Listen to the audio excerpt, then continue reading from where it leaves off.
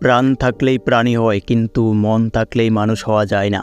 যুগে যুগে মানুষ জীবিকা নির্বাহের তাগিদে কত কিছুই না করে। প্রাণী হত্যা তো তাদের কাছে সাধারণ ব্যাপার। কেউ কেউ নিজের স্বার্থে মানুষ হত্যা করতেও দ্বিধা করে না।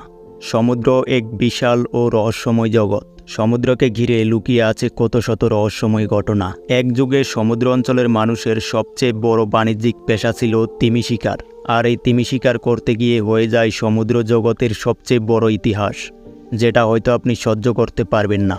এই হৃদয় নিংড়ানো লোমর্ষক ঘটনা 30 বছর ধরে সে নিজের মাঝেই লুকিয়ে রেখেছিল। 2015 সালে সেই ঐতিহাসিক উপন্যাসকে মুভিতে রূপান্তরিত করা হয়। তো শুরু করা যাক সেই ঐতিহাসিক ঘটনা প্রবাহ।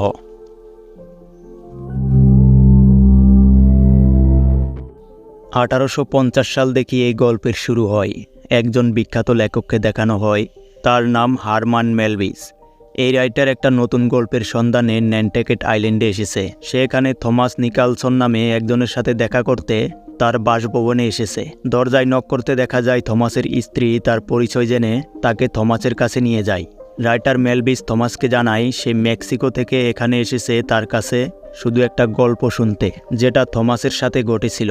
থমাস কিছুটা অবাক হয় আর বুঝতে পারে সে কোন গল্পটা শুনতে এসেছে, যে গল্পটা থমাস 30 বছর যাবৎ গোপন রেখেছিল। থমাস তাকে এই গল্পটা শোনাতে রাজি হয় না। রাইটার মেলভিস তাকে কোটি টাকার অফার দেয়। সে এই গোপন ঘটনাটা 30 বছর কাউকেই বলেনি, তার স্ত্রীকেও না। মেলভিসের কোটি টাকার অফার সে ফিরিয়ে দেয়। আর তখন থমাসের স্ত্রী তাকে বোঝায় যে এতগুলো টাকা হাতছাড়া করা ঠিক হবে না। আসলে তাদের পরিবারে তখন খুবই অভাব চলছিল। তার স্ত্রীও গল্পটা বহু বছর ধরেই শুনতে চাচ্ছিল, কিন্তু থমাস বলেনি। থমাস তার স্ত্রীর অনুরোধে রাজি হয়। থমাস বলে, এটা আমার সাথে ঘটে যাওয়া ভীষণ দুঃখের গল্প, যা আমাকে পুরো পাল্টে দিয়েছে। থমাস তার গল্প শুরু করে। ঘটনা চলে যায় ফ্ল্যাশব্যাকে। 1820 সাল। তখন সমুদ্রে তিমি মাছের শিকার করা হতো। তিমি মাছের তেলের ছিল প্রচুর দাম। নিলামে বিক্রি হতো এই তিমির তেল। এই তিমির তেল রপ্তানির জন্য অনেক বড় বড় বাণিজ্যিক কোম্পানি গড়ে উঠেছিল। আর তেমনই একটি বাণিজ্যিক কোম্পানিতে কাজ করত এই লোকটি, তার নাম ওয়েন জেন্স। তো ওয়েনকে দেখা যায় সে আজ অনেকটা খুশি, কারণ তার প্রমোশন হয়েছে। তার কোম্পানি আগামীকাল সমুদ্র অভিযানে যে জাহাজটা পাঠাবে, সেই জাহাজের প্রধান নৌ অফিসারের দায়িত্ব পেয়েছে সে। কিন্তু ওয়েন অফিসে এসে জানতে পারে প্রধান নৌ অফিসারের দায়িত্ব তাকে দেওয়া হয়নি। সে কোম্পানির একজন শেয়ার হোল্ডারের ছেলে জর্জ পোলার্ডকে এই পদে প্রমোশন দিয়েছে। ওয়েনকে দেখা যায় প্রস্তুতি নিচ্ছে।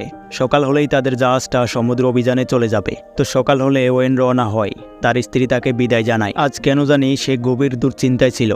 তার মনটা খুবই খারাপ। সে ওয়েনকে একটা লকেট পরিয়ে বিদায় দেয়। এদিকেই প্রথমবারের মতো জর্জ পোলার্ড ক্যাপ্টেনের দায়িত্ব পালন করতে যাচ্ছে। আর তাই জর্জকে তার বাবা বিদায় লগ্নে কিছু দিক নির্দেশনা দিয়ে দেয়। একে একে জাহাজের সকল ক্রুম্যানরা তাদের পরিবারের কাছ থেকে বিদায় নিয়ে নেয়। ক্রুম্যানদের মধ্যে সবচেয়ে অল্প বয়সী ছিল এই ছেলেটি। তার নাম থমাস। হ্যাঁ, ইনিই সেই থমাস নিকালসন, যে রাইটার মেলভিসকে এই গল্পটা শোনাচ্ছে। তো তাদের জাহাজটা রওনা হয়। এই জাহাজের নাম এসেক্স। জাহাজটি সে সময়ের সেরা জাহাজ ছিল। এটা ছিল থমাসের প্রথম সমুদ্র অভিযান, তাই সে বেশ আনন্দিত। তো থমাস খেয়াল করে জাহাজের একজন নাবিকের গলায় তিমির দাঁতের একটা লকেট দেখা যায়। লকেটটা দেখে থমাসের মনে একটা শখ জাগলো, সেও একদিন এমন একটা লকেট পরবে। এই তিমির দাঁতের লকেট সে সময় অনেক দামি ছিল। যাই হোক, বহুদিন পর ওয়েন তার বন্ধু জয়ের সাথে দেখা করে। এরপর সে দেখা করে জাহাজের বর্তমান ক্যাপ্টেন জর্জের সাথে। দুজনের মধ্যে একটা চাপা বিরোধ চলছিল।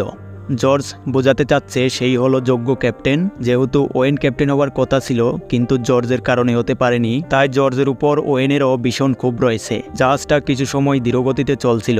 মাঝ সমুদ্রে আসার পর জাহাজের গতি বাড়াতে সবগুলো পাল তুলে দেওয়া হয়, কিন্তু একটা পাল দড়ির সাথে পেঁচিয়ে যায়। তাই জাহাজটা নিয়ন্ত্রণ হারিয়ে ফেলে।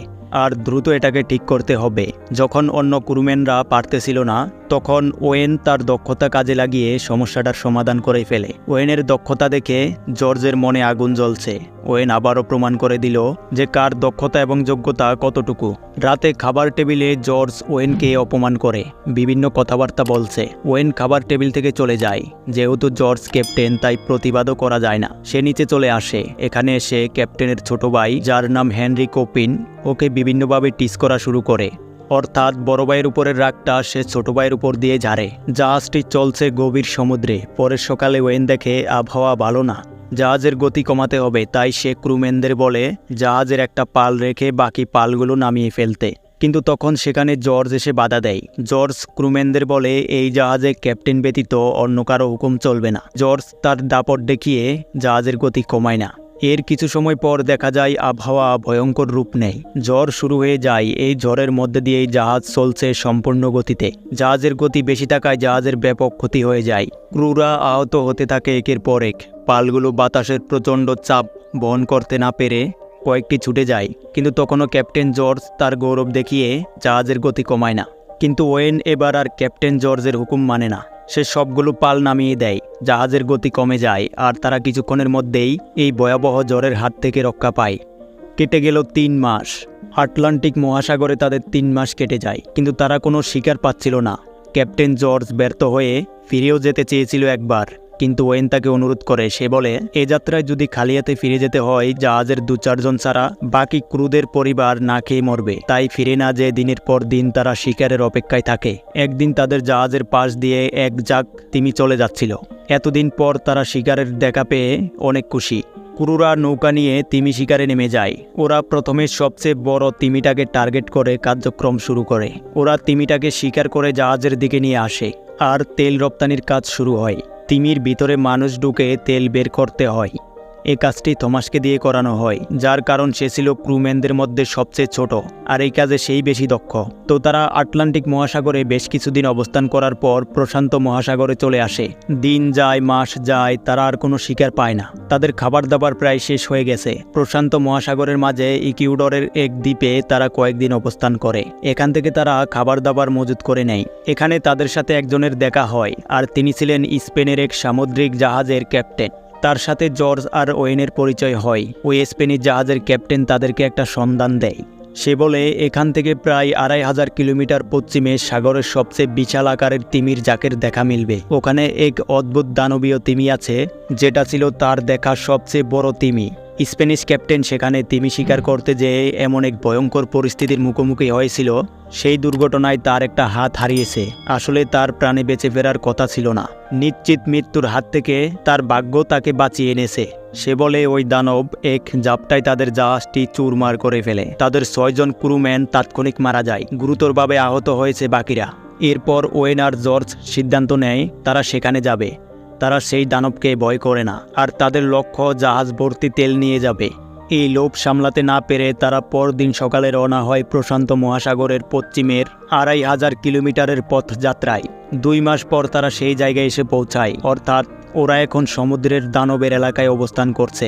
এখানে এসে 2 দিনের মধ্যেই ওরা বিশাল এক তিমির দলের দেখা পায়। জাহাজ থেকে নৌকাগুলো নামিয়ে তারা সেদিকে এগিয়ে যেতে থাকে। কয়েকটা তিমিকে তারা বল্লমে ঘায়েল করে। এরপর তারা উপলব্ধি করছে পানির কম্পন বাড়তে শুরু করছে। কিছু বুঝে ওঠার আগেই তাদের নৌকাটা উল্টে যায়। তারপর দেখা যায় সেই দানবীয় তিমি গর্জে উঠেছে। ওরা কিছুটা ভয় পেলেও এই দানবকেই শিকার করার দুঃসাহস করে। এই দানবের ক্ষমতা সম্পর্কে তাদের ধারণা ছিল না। ওয়েন জাহাজের সবচেয়ে বড় বল্লমটি ছুঁড়ে মারে, কিন্তু এরকম 2-4টা বল্লম এই দানবের কিছুই আসে যায় না। আর সে খেপে গিয়ে জাহাজটাকে এক ঝাপটায় বিধ্বংস করে দেয়। আর কিছু ক্রুম্যান সাথে সাথে মারা যায়। জাহাজটা পানিতে ডুবে যাচ্ছিল।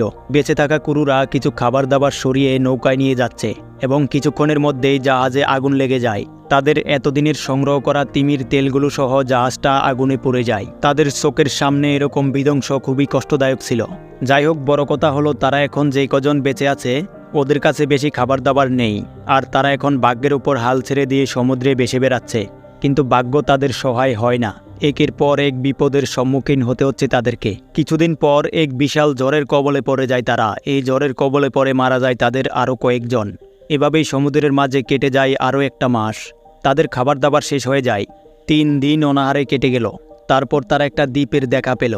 তারা অনেকটা খুশি হয়ে বেঁচে থাকার আশায় সবাই চিৎকার করে উঠল। কিন্তু বিপদ এখনও কাটেনি। ওই দানব তিমিটা তাদের 3টা নৌকায় একসাথে আক্রমণ করে নৌকাগুলো ডুবিয়ে দেয়। এখানেও তাদের আরও কয়েকজন মারা যায়। বাকিরা কোনো ক্রমে দ্বীপে আসতে পারে। ক্ষুধার জ্বালায় তারা এই দ্বীপে এসে হাতের কাছে যা পায় তাই খেয়ে নিচ্ছে। রাত হয়ে যায়। জর্জ বলে রাতে সবসময় আগুন জ্বালিয়ে রাখতে হবে। দ্বীপের পাশ দিয়ে কোনো জাহাজ গেলে তাদের নজরে পড়লে হয়তোবা তারা এখান থেকে উদ্ধার হতে পারবে। দিনের পর দিন পার হতে থাকে, কিন্তু কোনো জাহাজ দেখা যায় না। ওয়েন একদিন রাতে একটা গুহার ভিতরে মানুষের কিছু অঙ্গ প্রত্যঙ্গ আর কঙ্কাল দেখতে পায়। আর সে বুঝে যায় এখানে জাহাজ আসার সম্ভাবনা নেই। এখানে যাদের কঙ্কাল পড়ে আছে এরাও হয়তো জাহাজের অপেক্ষায় থাকতে থাকতে মারা গেছে। এই দ্বীপে বেঁচে থাকার মতো তেমন খাবার দাবারও নেই। কারো সাহায্য পাওয়ার আশায় বসে থাকলে পরিণতি এরকমই হবে। এরপর তারা তাদের নৌকাগুলো মেরামতের কাজ শুরু করে দেয়। তারা সিদ্ধান্ত নেয় নৌকাগুলো নিয়ে সামনে এগিয়ে যাবে, বাঁচার একটা চান্স রয়েছে যদি কোনো জাহাজের দেখা মিলে। কিন্তু তাদের মধ্যে কয়েকজন এই সিদ্ধান্তে রাজি না। তাদের শারীরিক অবস্থা একদমই বেহাল। নৌকা নিয়ে রওনা হলে যে তাদের সাথে কোনো জাহাজের দেখা হবে এরকম স্বপ্ন আর তারা দেখতে চায় না। তারপর দেখা যায় ওয়েন আর জর্জ বাকি যারা যেতে রাজি তাদেরকে নিয়ে রওনা হয়। যাবার সময় ওয়েন জয়কে বলে যায়, তোমরা হাল না ছেড়ে বেঁচে থাকার চেষ্টা করো। আমরা যদি বেঁচে ফিরতে পারি তবে তোমাদেরকে উদ্ধার করতে আসবই। এ বলে ওরা ভাগ্যের উপর হাল ছেড়ে দিয়ে সমুদ্রপথে যাত্রা শুরু করে বেঁচে ফেরার উদ্দেশ্যে। সময় পার হতে থাকে কিন্তু কোনো জাহাজের দেখা মেলে না। নৌকাগুলো বেয়ে বেয়ে এগিয়ে যাওয়ার মতো শক্তি তাদের আর নেই। সমুদ্রের মাঝেই তারা সবাই বেশি বেড়াচ্ছে। এরই মধ্যে একদিন তাদের একজন খিদের যন্ত্রণায় মারা যায়। প্রথমে তারা তাকে সমুদ্রে ফেলে দিতে চায়, কিন্তু তাদের এমন একটা পরিস্থিতির মুখোমুখি হতে হয়েছে যে তাদের সেই সঙ্গীর মৃতদেহ বক্ষণ করে আরও কিছুদিন টিকে থাকতে হবে। উপায় খুঁজে না পেয়ে ওরা তাই করে। এমন হৃদয় নিংড়ানো ভয়ঙ্কর পরিস্থিতি দেখে থমাস কান্নায় ফেটে পড়ে। শুধু থমাস নয়, সবাইকেই এই বাস্তবতা মেনে নিতে হয়। তারপর দেখানো হয় বর্তমানের বৃদ্ধ থমাস এসব বলছে আর তার স্ত্রী কান্না করছে। রাইটার মেলভিসের গায়ের লোম দাঁড়িয়ে যায় এসব শুনে। থমাস বলে, এরপরে সময় যেতে যেতে আরও 56 দিন পার হয়ে যায়। এখন তারা জীবনের লটারি করে বেঁচে আছে। এই লটারিটা করা হয় একটা গেম খেলার মাধ্যমে। যে এই খেলায় হেরে যাবে সেই হবে পরবর্তী খাদ্য, অর্থাৎ খেলায় হেরে গেলেই মৃত্যুকে স্বীকার করে নিতে হবে আর সঙ্গীদের খাদ্য হতে হবে। তো দেখা যায় ক্যাপ্টেন জর্জ হেরে যায় আর সে তার ভাই কপিনকে তাকে শ্যুট করতে বলে, কিন্তু তার ভাই কপিন এটা মানতে পারে না। সে ভাইয়ের পরিবর্তে নিজেকে কুরবানি দিয়ে দেয়। এই মানুষটাই সেই অহংকারী ক্যাপ্টেন জর্জ। সে এখন একদমই থেমে গেছে। কোথায় গেল তার বংশগৌরব, কোথায় গেল তার অহংকার?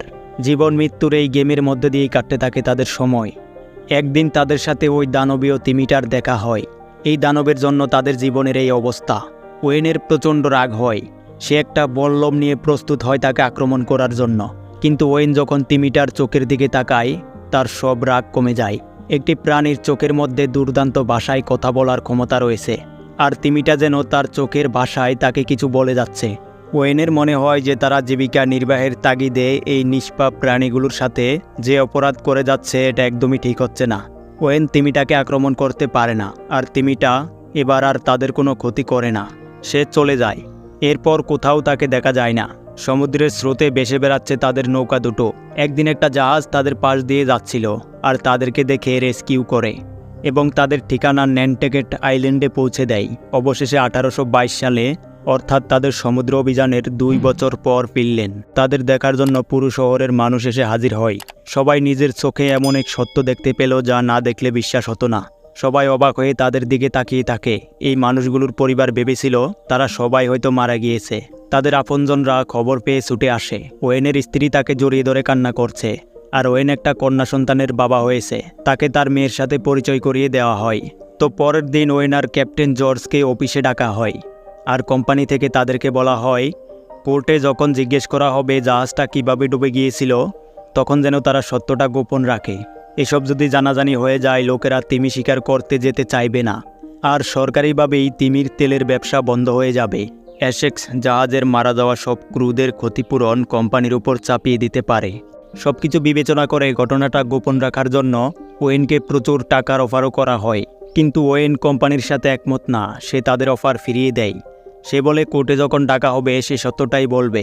ওয়েন বলে স্বার্থের লোভে সমুদ্রের এই প্রাণীগুলোর সাথে অবিচার আর এতগুলো মানুষের আত্মত্যাগ এগুলো গোপন রাখা সম্ভব নয়।